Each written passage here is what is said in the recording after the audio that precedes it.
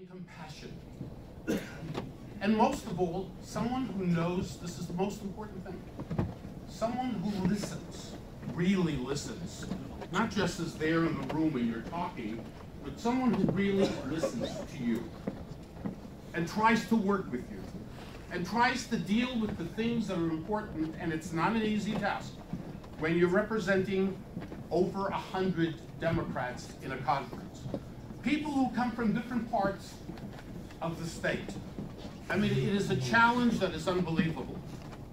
But I gotta tell you that the Speaker, his way, his approach, his modesty, let me tell you something. Another beautiful word that in Judaism, the concept of modesty is huge. You know, you're a big shot, you're an important guy, everybody's gotta deal with you. But when you don't forget who you are and where you come from and what you're all about, that you are God's creation, just like myself and everybody else, that the differences don't really matter because we have a lot more in common than those differences. And I can tell you that we sat down and we spoke about certain things literally days after the inauguration of the Speaker, and he listened. And there were certain things, I gotta tell you, I told the Speaker that I've gotten to know him better in the last few weeks. I'm not gonna explain that. I've gotten to know him better in the last 2 weeks than in the last 15 years. We understand that.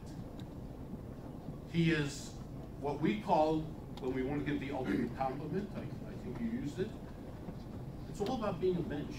At the end of the day, all the show and all of that is very nice, but at the end of the day, it's about being a decent human being. It's about caring. It's about listening. It's about working with our communities and the needs that we have. And I gotta tell you that Speaker Heastie is that person. He will listen. He doesn't look at you in terms of what you're wearing or what you look like. You are a human being, period. That's what he's all about. So I am delighted. I tell you, when I sat with him, I said, I want you to come to our community.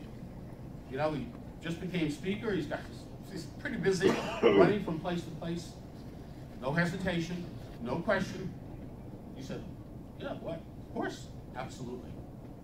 So ladies and gentlemen, I'm gonna bring the Speaker up here. He may say a few words, but he'll definitely take questions. But I give you, and I'm telling you right now, and I don't say this because I have to say it. I'm telling you all, we've got a great friend as the Speaker of the New York State Assembly. Sometimes raises some concern about what this person is going to do and what they're going to stand for.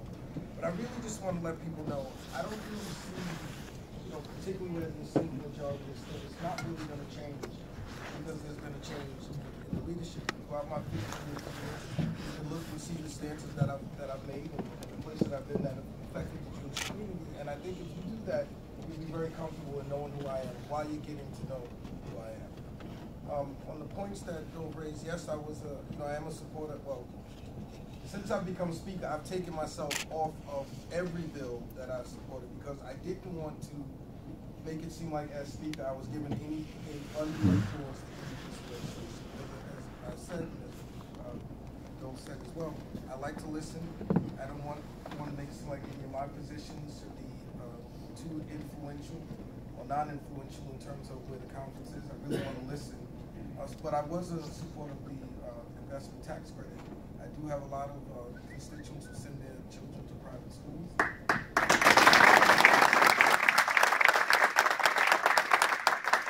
So I know it's an issue that is very important to the conference, very important to this community, but it's also very important to my community as well. And the investment tax credit is on the table. We will be discussing this. I'm leaving for Albany tomorrow night. And on Tuesday, I'm going to get the entire briefing to really look at the letters and all of the comments that the members have given us, which kind of shapes where our House resolution will be. And I'm sure Marty and Sim can say the Senate Republicans will do the same thing. And then at some point between the two of us and the governor will try to come up with, I guess, the best deal, I hate to use that word, that we can come up with. I have to be honest, on a lot of the issues, like Dov mentioned the cap, I have to go back and get some more understanding on that. Sometimes people believe that we know every single issue, like we know every single bill, which is nearly impossible, because sometimes we pass about 2,000 bills. You have somebody come up and say, what's your position on A1067? You look into it like, nah. Because, so I will go back and I'll try to get an answer on the issue with the cabinet in regards to the funding. And on the security issue,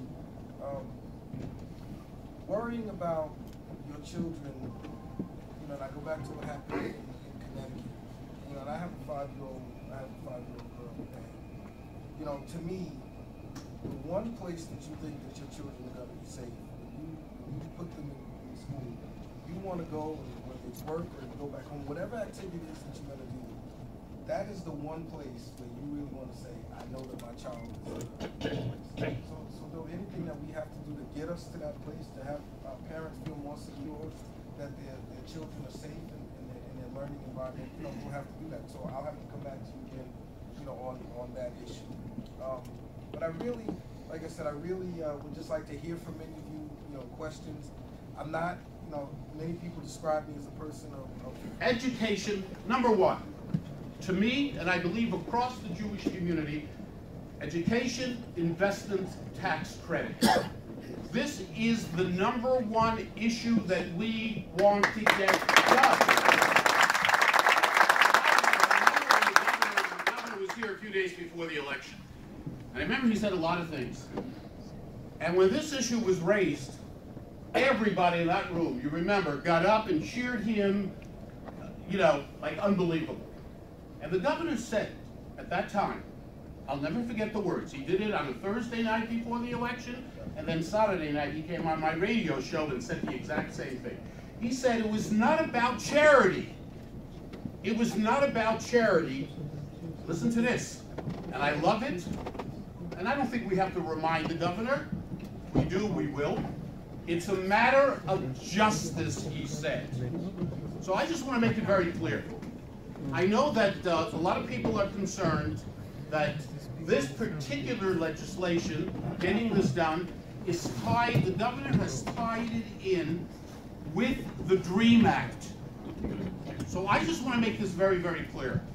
I voted for the DREAM Act last year. I voted for it. But in no way should there be a connection between the DREAM Act and the education tax credit. That's not what the governor said to us when he came to us.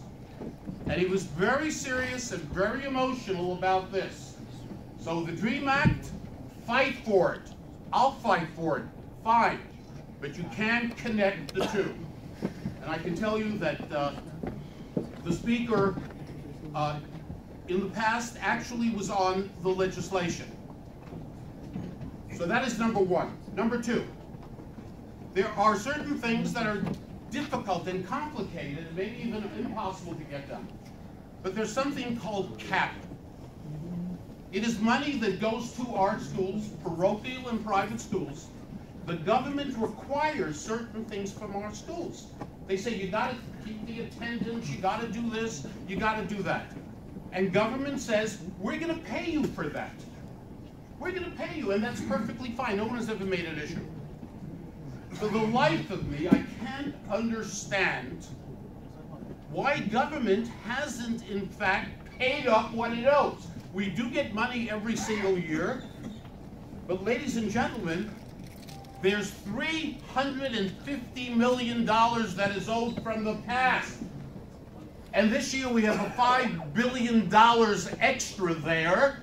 I think it would be a great thing to put that $350 million in for CAP, and we don't have to ever talk about it again.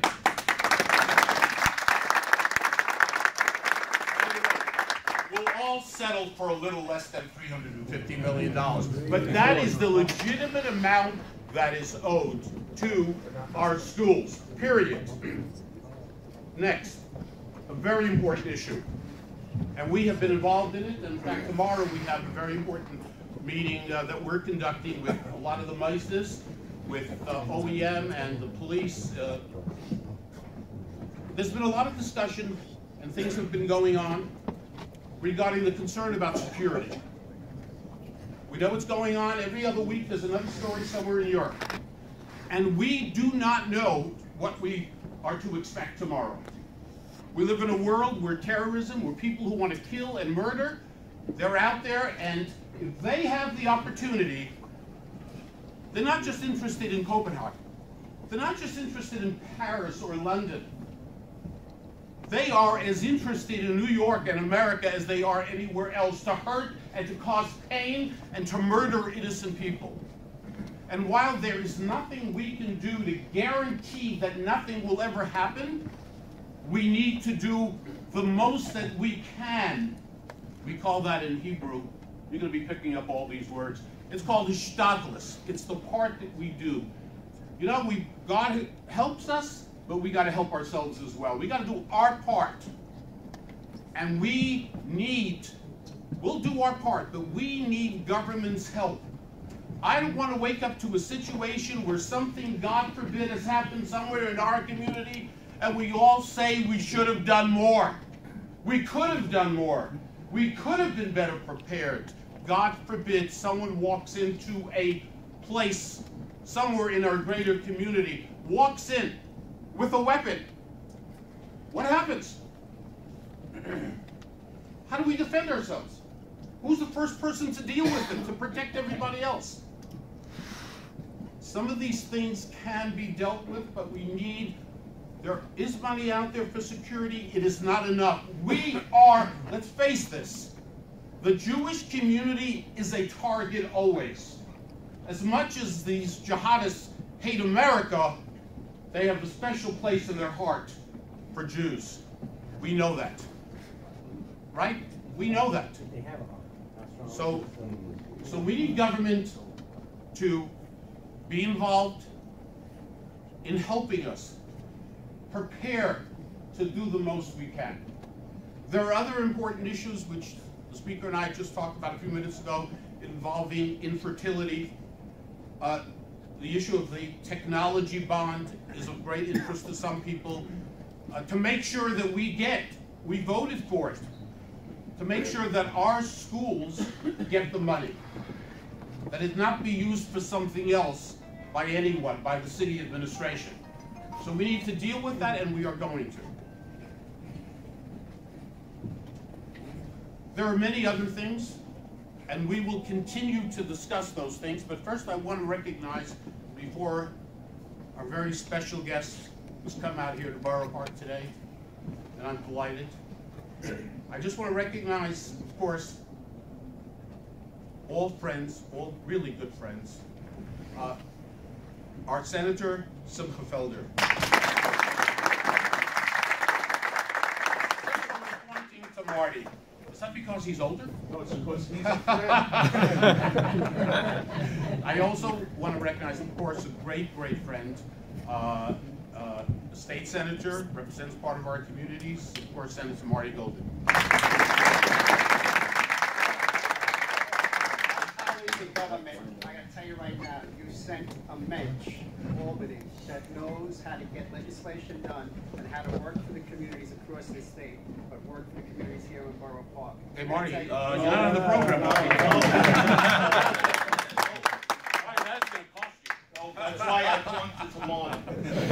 You notice they walked in together. And of course, the Speaker of the Assembly, Heastie, being here is really an honor for Borough Park and an honor for Brooklyn.